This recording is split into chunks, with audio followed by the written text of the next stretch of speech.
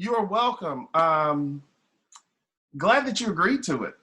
So, you know, um, Are you doing these every week, or how long are you doing this? you're the first one. So I think we're going to try to do them once a month, maybe. Okay. So we'll see who else gets drafted. Maybe in August we'll do a football edition, and October a basketball edition. I don't know. We'll see how far we get. All right. So questions are pouring in. We have one from Benita, and she says her question is how are athletes practicing if they are practicing, and basically what will football season look like? Well, great question, and I appreciate the questions coming in. Are they practicing? We hope so. Hope they're working out. Our athletic training staff and our strength and conditioning coaches have been sending videos and workouts for our student athletes to do on their own. As you can imagine, just like Chapel Hill, I mean, all over the country, gyms are closed. And so, fortunately, our football strength and conditioning coach, he used to work in Army. And he said, look, I have been able to deliver exercise routines for people in very remote places throughout the world. So whether you put on a backpack with bricks in it or books in it and start jogging up and down the street or up and down your stairs in your house if you have stairs, he has created a number of different ways for our student athletes to work out at home. We've been a little bit worried about nutritional supplements. Before the football team, we were their approach, the snacks that they have throughout the year while they're here. And we're just about to send them a second shipment. We're also sending a shipment from Amazon Prime to a lot of our student athletes that come from significant financial need. And so we'll be able to provide them with some protein supplements and some other things so that they can stay in shape as well. I'm not really sure what the fall is going to look like yet.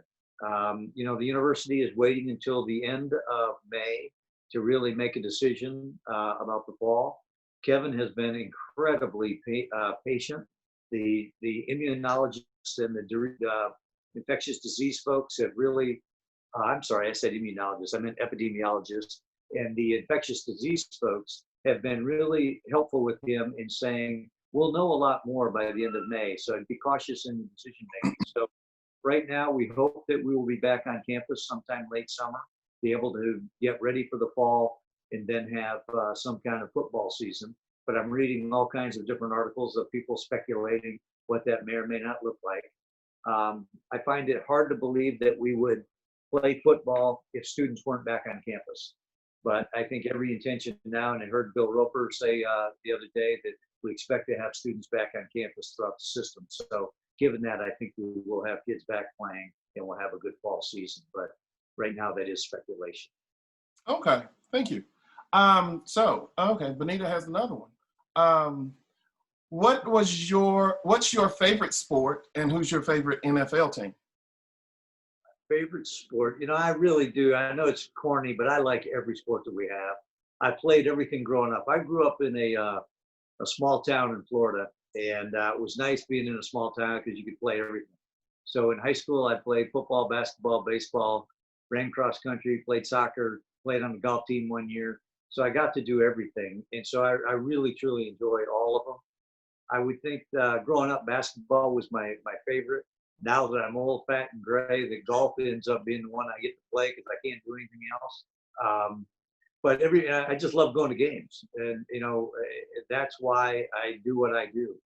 Working in a university environment is absolutely phenomenal. We have positive, enthusiastic coaches. I love being around them. I like being around the students because they're so ambitious and they're so dedicated to what they do. I absolutely love it. And so I just like every part of the job that I have. That was the other one, my pro team. Yeah, your favorite NFL team.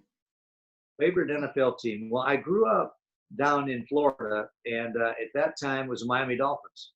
And the Dolphins went undefeated. That was 100 years ago for everybody probably on this call. And Don Shula, unfortunately, the coach of that team, died just yesterday.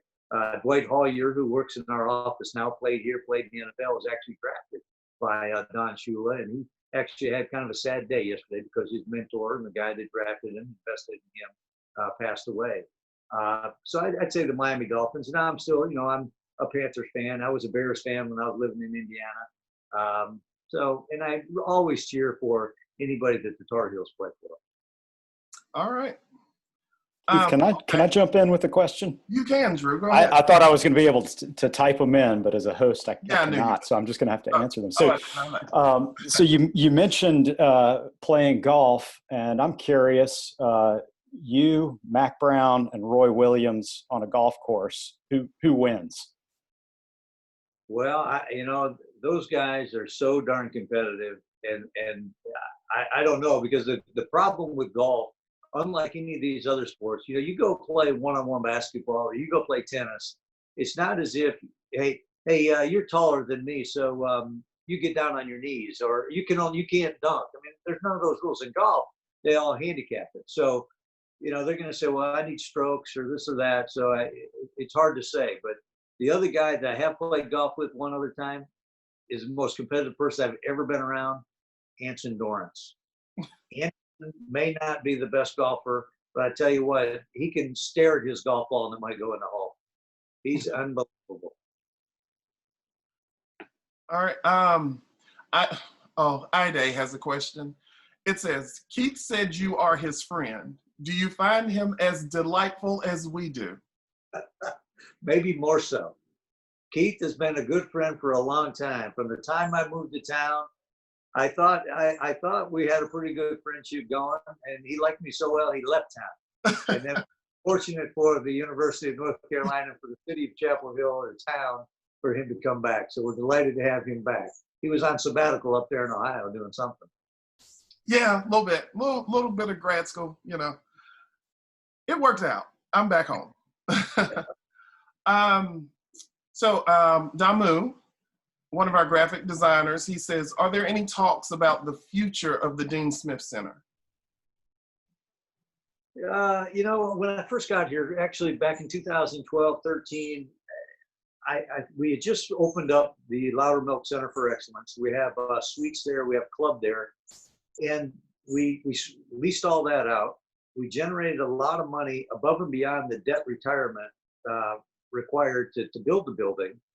And so I got to thinking, if we can generate that kind of incremental revenue in football, imagine what we can do in basketball if we had that kind of premium seating. And so I actually went out and did some research in 12 and 13, but that was a little bit early because we kind of gotten our NCAA issues and we were working through that. Nobody really wanted to talk about doing anything with the Smith Center. So I put that on the back shelf. Then as that started to close up, we got into all these Olympic sport projects. So now we have the new soccer lacrosse, we have the indoor, we've got field hockey, we've got the track, we've got the practice fields. And so now it's time to circle back around to the Smith Center. But it's not part of the university campaign. So this campaign goes through 23. So I've really put that on the shelf and probably pull it back off in 24, 25 and say, okay, what are we going to do? It'll be 40 plus years old. It is tired. I know the restrooms are bad. I know the concourses are small. We'll have to do something, but we're not in the position right now, particularly with this economy and everything going on, to really look at it too closely. But it's certainly on my mind. Okay.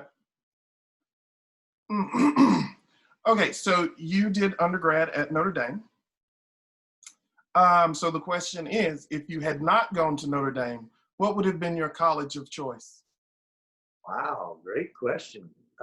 Believe it or not, I had made a deposit to go to Wake Forest, and came down to the 11th hour, and my mom said, well, your sister went to Wake Forest, why don't you try Notre Dame? So I ended up going to Notre Dame. Didn't know anybody up there, and it was a great experience, enjoyed it, although I did get, when I got my rooming assignment up there, my real name is Lawrence Cunningham. I called up there and they, so I got my room, 401 Fisher Hall, and had my name on there. So I called up there and I said, well, yeah, I'd like to know who my roommate is. And they said, well, is this Lawrence Cunningham? I said, yes. And they said, well, you don't have one. I said, really? They said, yeah, you've got a single. So I hung up the phone and I told my wife, I said, I don't want to go. I don't know anybody up there. I'm being a single. No, I don't have anything to do with this. But she ended up talking me into going, and ended up being a good experience. I moved out of that single into a dorm with some other roommates and stuff, and it made a big difference. But going off to college can be a lonely experience, especially when you're, back then, 12 months home, and people weren't flying around like that. My mom and dad dropped me off and said, "Okay, we'll see you at graduation." And so it's not as if they kept showing up. It was a good experience. But and I went to Wake Forest every year. My sister was in college. I went to visit her, so I knew Wake Forest pretty well. But I couldn't get into Carolina, so I had a pretty good backup plan. Yeah, Wake Forest is good. It's a good backup, I guess. Little ACC rival. So, I don't know. Might not get a whole lot of love. And the single dorm room life is the greatest. 3 years undergrad at Carolina, I had 3 singles. So it may be more of a testament of, like, maybe I'm not as delightful as people thought, as I think I am. You probably knew people. Well, you make friends better than I do. That may be true. I don't know. So next question. Todd McLam asks, have you been in contact with any students, and from what you're hearing, are they worried about resuming in August, or are they just ready to go? It really varies.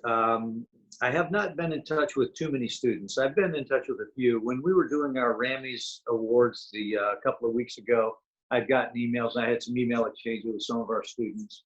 I've gotten just different emails from different students throughout the time.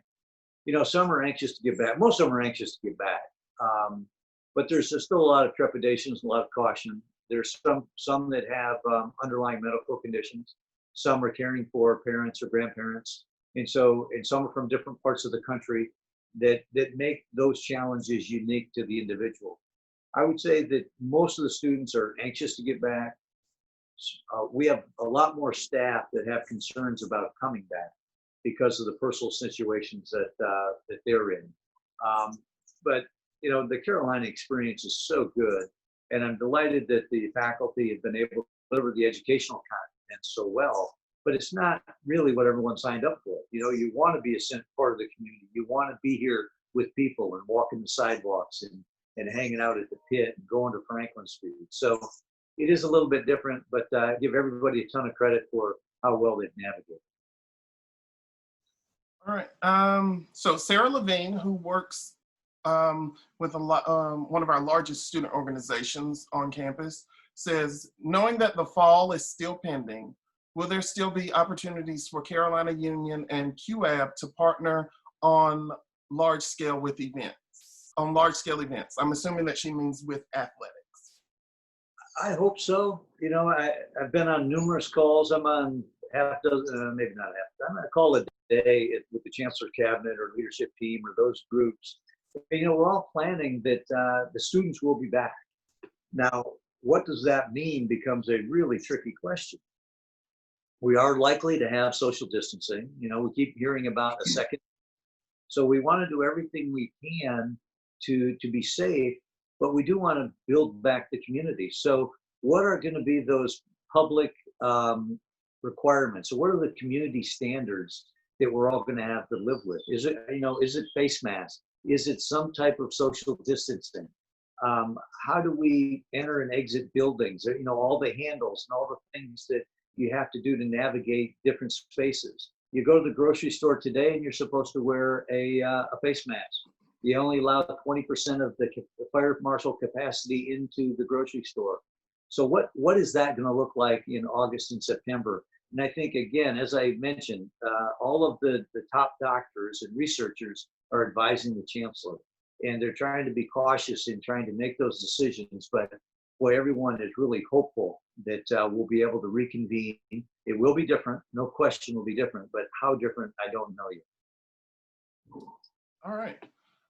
We have 2 questions sort of along the same lines, and I'll add a little bit to those.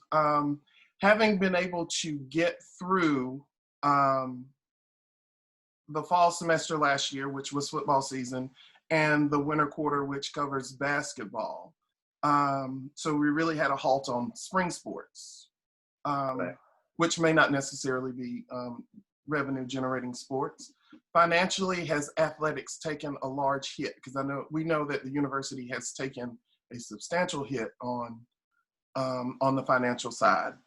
Is athletics facing similar problems, or would that be a problem depending on what the fall and winter looks like this coming year? Yeah, we have both those problems.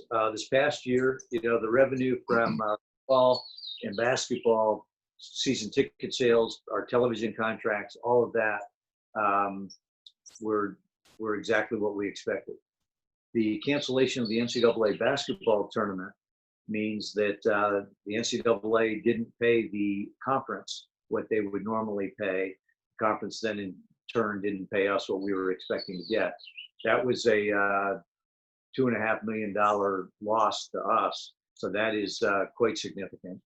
We had a little bit of savings in the spring because, as you mentioned, we don't sell an awful lot. We sell a fair amount of tickets to lacrosse and baseball, but it doesn't generate a ton of money.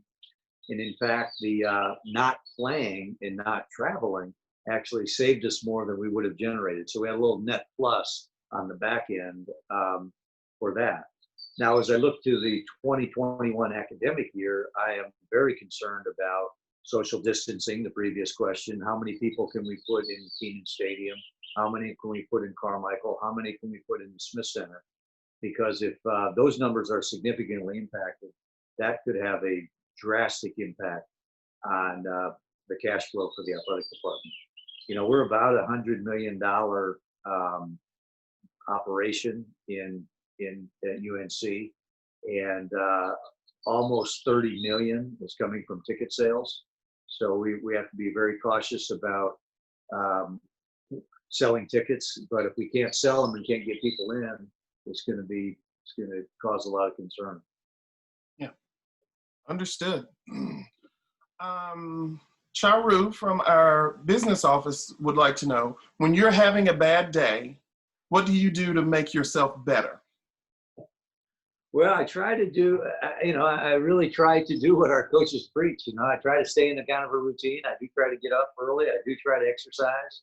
I do try to stay involved.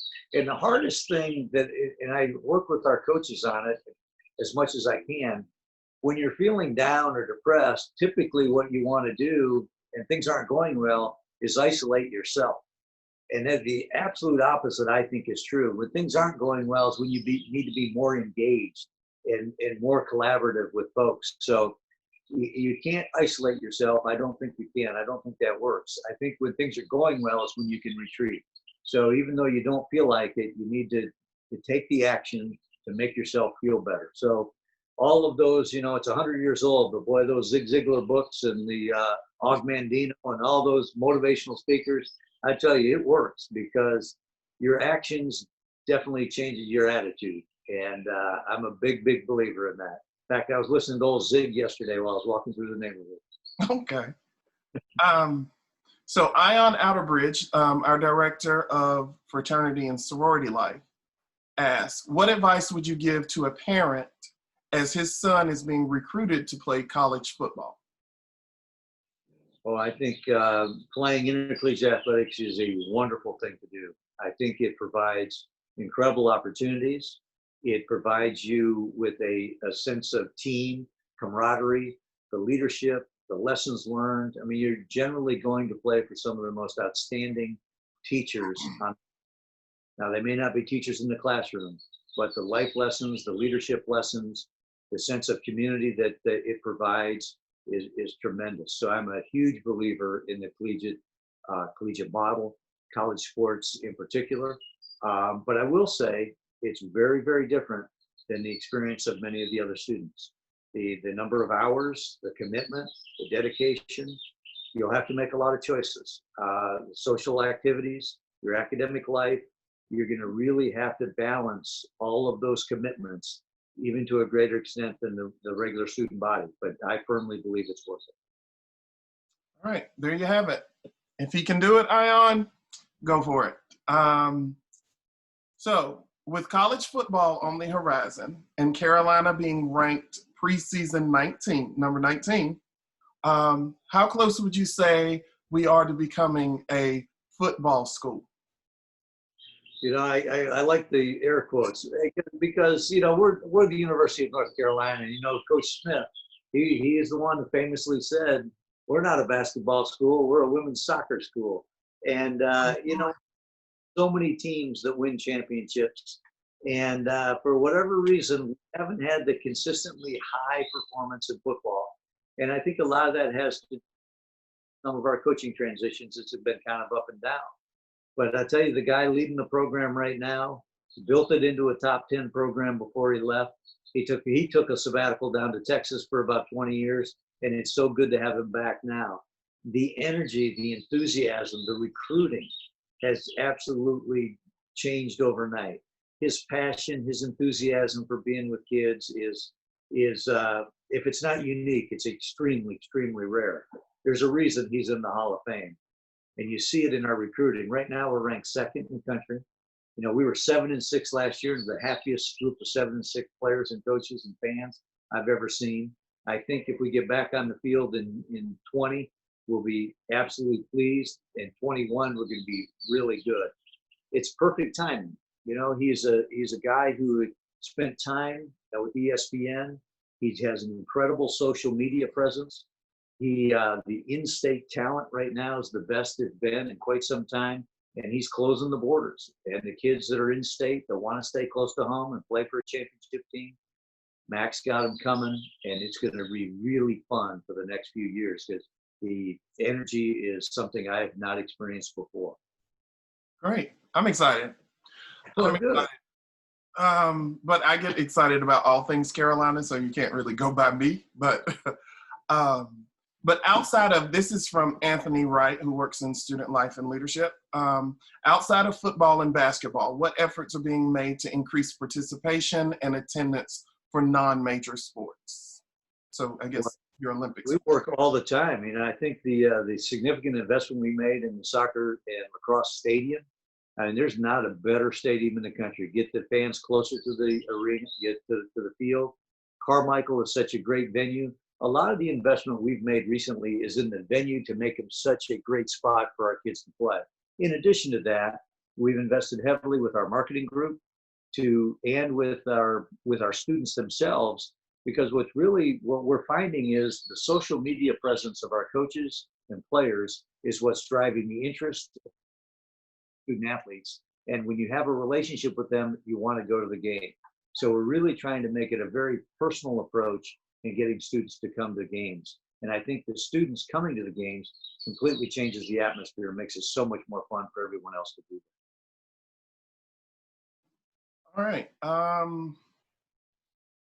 So it's strange times now, but can you share a job that you had in the past that was just the worst? That comes from my supervisor, Beth Morris. So she's like, what is your worst job that you've ever had? Well, I don't know if it's my worst job. Sometimes you take a job and that realizes, okay, that's not for me. This will move me in a different direction. And I think that was my first job out of college. I majored in accounting, got a job with a big six firm at that point, and went into public accounting, was in the audit division, and absolutely hated it. I was not very good at it, and I realized that. I think they realized that. And so before they realized it, I thought I should get another job. So I left. I lasted four months in public accounting. And it's a great profession. I'm glad I majored in accounting. It's been very helpful. Just not cut out for the audit. I was not cut out for a big six firm. I wasn't cut out for living in a big city. It just didn't fit me. And that was a good lesson for me to learn. And I learned it quickly. All right. Accounting's not my thing either. I completely get it. Like, that's one of the classes I dreaded. But I made it through. I passed. So Wayne Otis from Event Services. Wayne is pretty much our jack of all trades. He does all kinds of stuff. So I think he's actually the advisor for this organization he's asking about. Next school year, UNC will have a stomp and shake cheerleading student organization called Blue Lightning. Would it be possible for that student organization, or I guess any student organization, to partner with athletics at a few sporting events? Sure. I don't know what that student group is. Our marketing department really works with a lot of the student organizations, from our cheerleaders to the dance team to some of the other groups that might perform either at halftime or pregame in some of our events. And there are so many good student groups on campus. We do like to highlight them whenever we can. There's also some traditions about what, each game presentation looks like. Sometimes we're not as flexible as some of our groups would like us to be, but I'd be happy to put them in touch with our marketing department and see what we could do. All right. Ida again, and she asked, as the athletic director, what types of policies and procedures must be in place to ensure a successful athletic program amid COVID-19? Well, we're in lockstep with the university Emergency Operations Center. So John Bruner, who is on our events staff, is directly plugged into those guys. I'm plugged into the chancellor's group. So we get daily updates on what's going on nationally, what's going on within the state, what's going on within the system. And our return to campus policies are going to mirror and be in lockstep with the rest of campus. So I've just asked our staff the other day, in fact, it was last Friday, every single unit that we have, I need them to identify their unit, identify the space that is required for them to be at work, identify every single member on their staff, and let me know if they're able to work, if they cannot return to work, if they can work remotely, and then what are all the conditions we have to fulfill before we can ask anybody to come back. And then that would be for our staff. And then the next step would be for students. How do we get all of our facilities and all of our places prepared for the students to come back? And then how do we get the public back? And so we're doing it in 3 phases for every single department, every single unit, every single team that we have. So we're just now building that out. And we'll do it in conjunction with the rest of campus. I actually shared the template that Rick Steinbacher and our staff created for us that we're using as a department. I shared that with the chancellor in his office so that that can be shared across campus, because I think it really helps to look at the unit, what they do, the people in it, the space that they're in, and then all of the things that you need to get that unit back up and running, both for the staff, for the students, and for anybody that might come in contact with those folks, to ensure that we're safe, because it's going to be quite some time. All the doctors and physicians are telling us this will be with us for a while. So the quicker they can come up with therapeutics and vaccines, the better for all of us.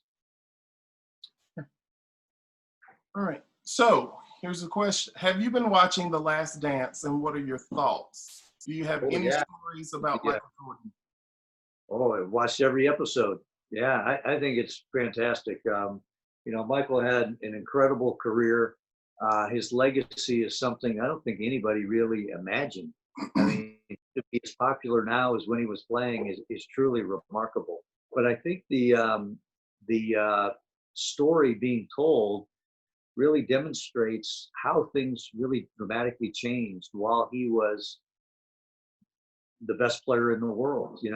When I noticed in the very first episode when he got drafted, the ticket prices for a Chicago Bulls game, do you remember, Keith? Do you remember how much they were on that episode? It's like $7 or something. Yeah. It's a bit shameful. $7 for lower. And so you're talking back in the early 80s. So ESPN was created in 1979. USA Today started in 1982. Michael signed his shoe contract in 84. Those tickets were $11. So the commercial activity associated with sport just went through the roof during that period of time. And his celebrity status, his visibility, was just extraordinary. We haven't even gotten to the portion with Looney Tunes yet, but we did a little bit in this last one with I Want to Be Like Mike. We had McDonald's. We haven't gotten to Hanes yet, but all those corporate brands were identified with him, which made him such a worldwide figure. I think it's phenomenal to go back and see the history of the world's greatest athlete, but also the explosion of commercial activity around sport and around culture, because the Jordan brand of shoes is not just about sport, but when Spike Lee started doing the advertising and producing the ads for him, it really flipped the switch from sports to culture. And I think that's why it's been so good for so long. And then the last episode, it really made me feel for Michael. As much as we'd all like to be like Mike, that is a tough life when every minute of every day somebody wants to see you, take a picture, take an autograph, see what you're doing, what you're wearing. It can be a lonely life because the only way you can have peace is to be alone. And that is the downside of celebrity. And you see it all the time with various celebrities. So I think it's been fascinating. And I'm delighted that somebody had the foresight to collect all the footage so they can put this together now. I have to shamefully admit, I have not seen any episodes of it. And it's really shameful for me because my uncle, my dad's brother, is in the first episode. Really? Yes. Well, you've got some homework to do, my man. I know. Yeah, Fred Lynch is my uncle. So, yeah. No kidding. Yeah, so I'll catch up on it once once they go through all the episodes and I can just binge all 10 of them on the same day. I'll do it that way. That'll work. So the next question we have is, we have an office dedicated to leadership development. Do you have a personal philosophy that guides your leadership style? Personal philosophy. I don't know if I have a personal philosophy for my leadership style. That's a great question.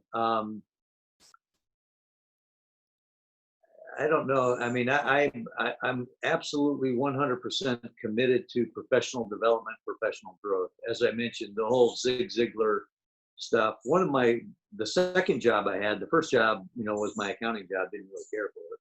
Second job I had, I worked in the Alumni Association at Notre Dame.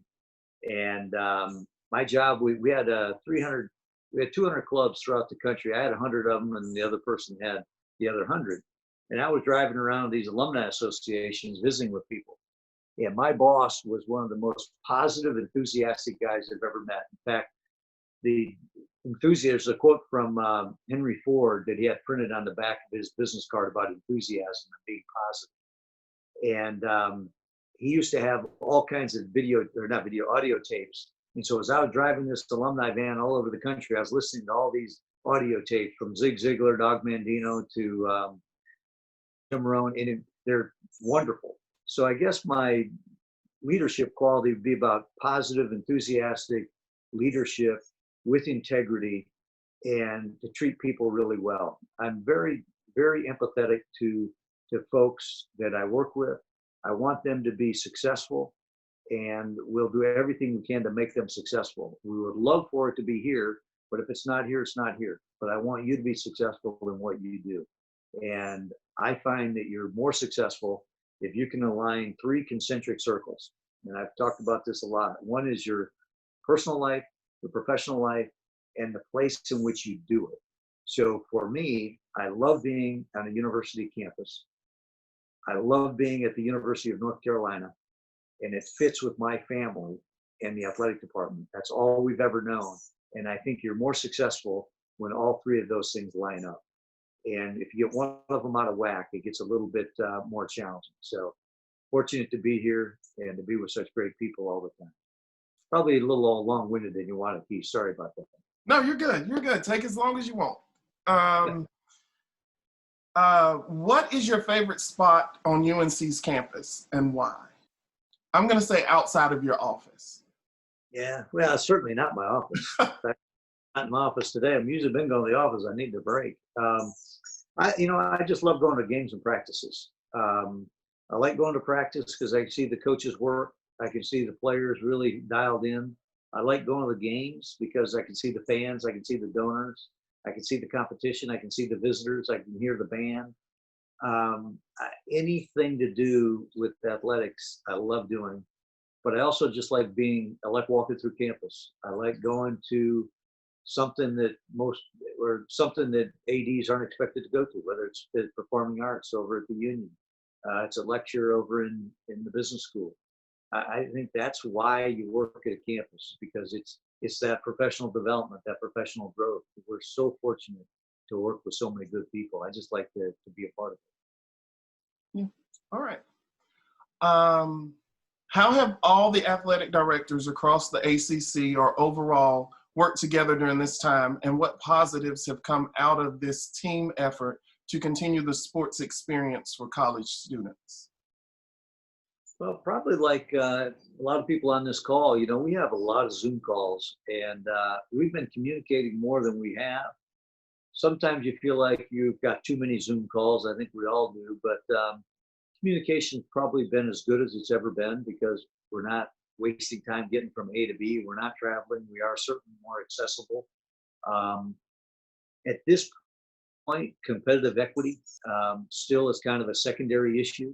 But I think after the 4th of July, quite frankly, I think that's when most of our attitudes will change. Because by then, you better start dialing in on finishing up your semester work, getting ready for the fall, making sure you're working out, and being ready to play when the fall season roll around. So I think we're pretty congenial, but I do see that kind of coming off 4th of July. Of all the renovations that have been done at the football facility, what do you think is the coolest new feature? And have you taken a nap in one of the nap pods? I have not taken a nap in one of the nap pods. In fact, last time I was in there, I guess they were being delivered, but I don't even know if I've seen them. The lobby is really cool. The locker room is great. I do like the field turf on the field. I like them all. But the having the big video board when you walk in, I think is really cool. That was up on the 5th floor. We were using that for our post-game backdrop. And so we moved it from the 5th floor to the 1st. So that renovation downstairs is really a lot of graphics, a lot of paint, and the movement of that video board. So it wasn't nearly as expensive as I thought it might be. But now that I know they got sleep pods, I may head on over there mid-afternoon just to check them out. Sounds like a good idea. What advice for students who want to pursue careers in collegiate athletics on the administration side do you have? Get involved early. As I mentioned, the whole thing about Michael Jordan and how it ramped up, it was not like that when I started. We had a handful of people in athletics. We have 250 full-time people in our athletic department. And so, it is a pyramid that the best job you can get in college athletics is the first one. And it doesn't matter what it is, you're going to be specialized early, and then you'll progress through a whole bunch of different opportunities as your professional career develops. But get to know coaches, get to know administrators, get involved as a student, and then when you graduate, you then can try to get a full-time job in athletics. That first job is really hard. The vast majority of our full-time staff come from internships. Athletics is the hardest part of the job is getting into the industry because it is a fun place to be. So you mentioned earlier that your first name is actually Lawrence. So where does the Bubba come from? Is that your question? Or somebody mail that one in? That's totally mine, but okay.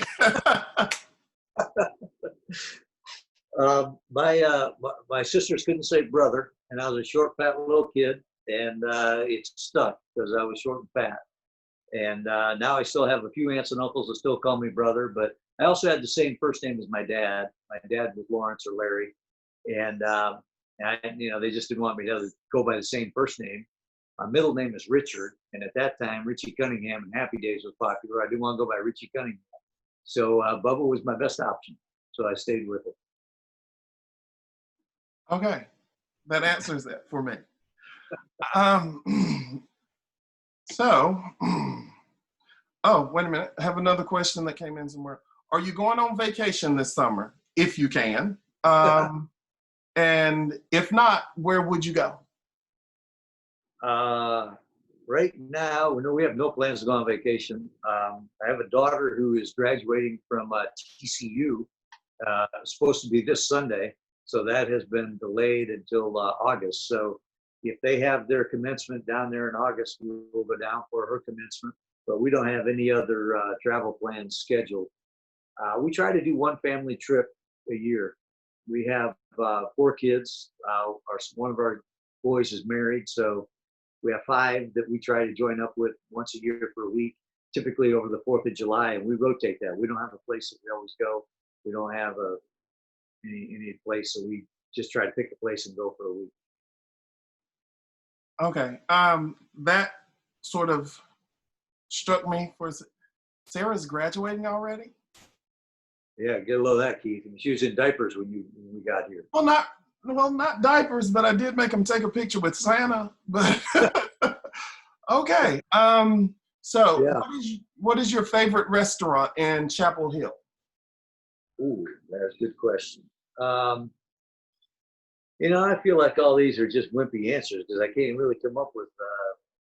I guess if I go to Top of the Hill for the coaches show, I go there, once a week for about 35 straight weeks. So I go there a lot. We're getting takeout every place in town. I don't think there's a place that we haven't been to yet. Tina, my wife, her ambition when we first got here, she wanted to go to every restaurant on Franklin Street. I think she's probably got about 80% of them. She doesn't have them all yet. My favorite restaurant. I love hot dogs, believe it or not. One of my favorites is Sup Dogs. And so I like Al's Burger and IP3. I mean, all the traditional places everybody else goes. I like them all. You don't get the nickname Bubba by going on a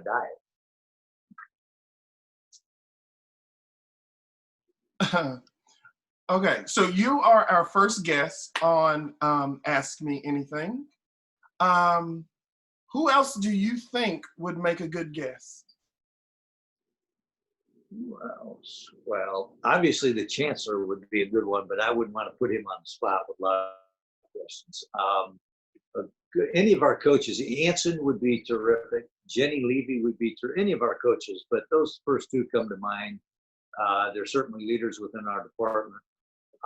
And they love, Anson in particular, just loves everything about Carolina experience. Having been a student here, he takes as much pride in his intramural championships as his national championships. As I said, one of the most competitive individuals I have ever met, but also one of the smartest, one of the most strategic, one of the most thoughtful, compassionate. I just think the world of Anson. I think a guy like John Bruner in our office, if you want to talk about getting started, John is so dialed into that emergency operations center. There's not a better ambassador for the university than Rick Steinbacher. Rick would be a tremendous guest for you. Marielle Van Gelder in our office is probably the best on NCAA compliance. She is terrific. She played soccer in UConn. Now she runs our compliance operation. There's just so many. Any of our student athletes would be good too. I'd love to hear from our student athletes. I think what those couple of them have done with Uncut and providing their voice, I think is a great thing. It would answer questions. That's just off the top of my head. I haven't had any time to provide a list for you, but David Ruth, the head of the Vice Chancellor for Development, I think he would be terrific. George Battle, who's a new Vice Chancellor, he's the one that oversees all the emergency operations, kind of the risk management for the university. I think he'd be a wonderful guy to ask a lot of questions of. Any of the deans, some of those deans, I'm on dean's calls quite a bit. Susan King, the dean of media and journalism, she has been fantastic. She's had 3 different careers. She said she was a broadcaster. She worked in DC. Now she's in education. She's got a great wealth of experience. So it sounds like your Rolodex 5 times bigger than mine. Oh no, that is that's not completely true. I know some people. But, you're the most connected guy on campus, Keith. Come on now. It sounds like I need to call you as I'm planning these, so I can get some of those people. Happy to connect you. Great thing. If you tell them, if you ask any of those people I mentioned, and I'd be happy to say that's a great thing for them to do because it's a great way to connect with the community. Well, yeah. I had not thought about Rick. I love Rick. I think he's phenomenal. So yeah, he'd be really good. Yeah. So all the names, the only one you thought was good? No, I mean, he's the one I know, so that I can go with that one. He's the one I know, but Okay. so yeah.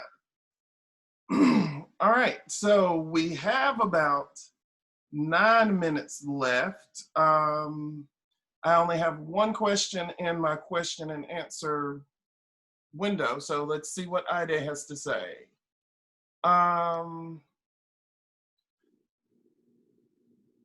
Out of curiosity, how do they work with athletes that are experiencing challenges with nutrition and diet and weight? And with that being said, which one is better? Angus Barn, Ben 54, or Ruth Chris? Those seem those questions don't exactly seem to line up. We're dealing with student athletes with nutrition issues and then asking me about the 3 best steak places in the area. Yeah, basically that's where she went with that one. Well, we are trying to provide nutritional supplements to students in need. And we have worked with all of our coaches in asking them who are those students on your team so we can Amazon Prime them some resources that they may not have at home. So we are sending those. Ruth Chris, Ben 54, and Angus Barn? Angus Barn, yes. Ooh, man, those are all good too. I like them, I'm same thing. I'm whipping out again. I love the tour at Angus Barn, the old traditional place. The Wild Turkey Lounge up there is good. That cheese is really good. Ben 54, super high end. Ruth Chris, they host a lot of our teams out there. Stony River here in town, I think, is fantastic. There wasn't even one that was mentioned. Again, I'm not picky. Boy, you put a good meal in front of me, I'm going to eat it. I tell you, my mother, she was a little disappointed. When we went off to college, we liked the dining hall food better than stuff we had at home. So getting a good meal was easy. Hey. Well, I'm still a firm believer that the best cheeseburger in Chapel Hill is just right across the street from your house. I'm still convinced of that. So, all right. So got a cheeseburger the other day at Stony River. It was really good. I'll have to check that one out. Drew, do you have any more questions? Yeah, I got a couple more. So I was, not to put you on the spot too much here, but I'm wondering which team do you think will win UNC's next national championship? Ooh. Field hockey. Okay. Field hockey, soccer. Men's or women's? Women's.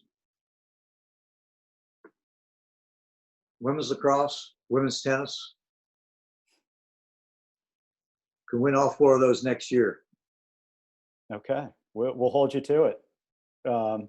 In that order, too, by the way. I feel like we got cheated out of cheated out of a couple national championships this spring with because I felt like lacrosse and tennis, women's lacrosse and tennis had a very good chance of doing that. Yeah, and I left out men's tennis and men's lacrosse. Either one, both those could win it as well. I thought we had a great chance this year. I think we have as good or better chance next year. Yeah, I mean, it's incredible what our teams are doing right now. So, yeah, maybe I undershot with 4. We probably should be at 6. So with that, how are things looking since the NCAA said spring sports athletes get another year, so they all get to come back if they choose? What do you think the trend is going to be? Do you think most will, or is it will come back, or is it very situational? Yeah, we've already gone through all that with our students. The majority of them are going to come back. Fortunately, the Rams Club was able to fund the scholarships for those students to come back. We'll have a little bit bigger rosters next year in those sports. We'll have to get back to the roster size the following year. But I'm glad that they have that opportunity. I think it's wonderful, and very fortunate we could afford to do it. And hopefully we can win some championships, because it's a one-time experience for those students. That, you get a 4-year window to play, and I really enjoy watching them play and want them to have all the success that they've earned. All right, I'm glad to hear they're coming back. That makes some rosters even stronger. So I'm feeling good about next spring. So yeah. Drew, anything else from you? That's all I got. All right, I have no more questions in my Q&A section, so I think we're going to wrap this up. First, I want to say thank you for being the first guest of Ask Me Anything. You're welcome to come back again. We'd love to have you back again, and if you ever just want to come hang out in the Union, we are always there. The office Drew and I work in is sort of tucked away, hidden back in the corner, so you could actually come in there and hide from people if you ever needed an escape. So again, thank you. Please tell Tina and Sarah and the boys that I said hello, and I hope they are all doing well. Any grandbabies yet? Have I missed this? Oh, Michael's married, no grandchildren. So, but thank you, Keith. Thanks for the invitation. And it's really hard when everybody's apart to build and maintain a sense of community, and what you guys are offering does just that. So congratulations to what you're doing. It's not easy to do, but it's certainly most appreciated. So thank you very much for the opportunity. Well, thank you, and we appreciate you so much. And that is it for the first episode of Ask Me Anything. Look for the next one next month. Don't know who we're interviewing yet. We'll figure it out. Have a good day. Thank you. Thank you, guys. Appreciate it.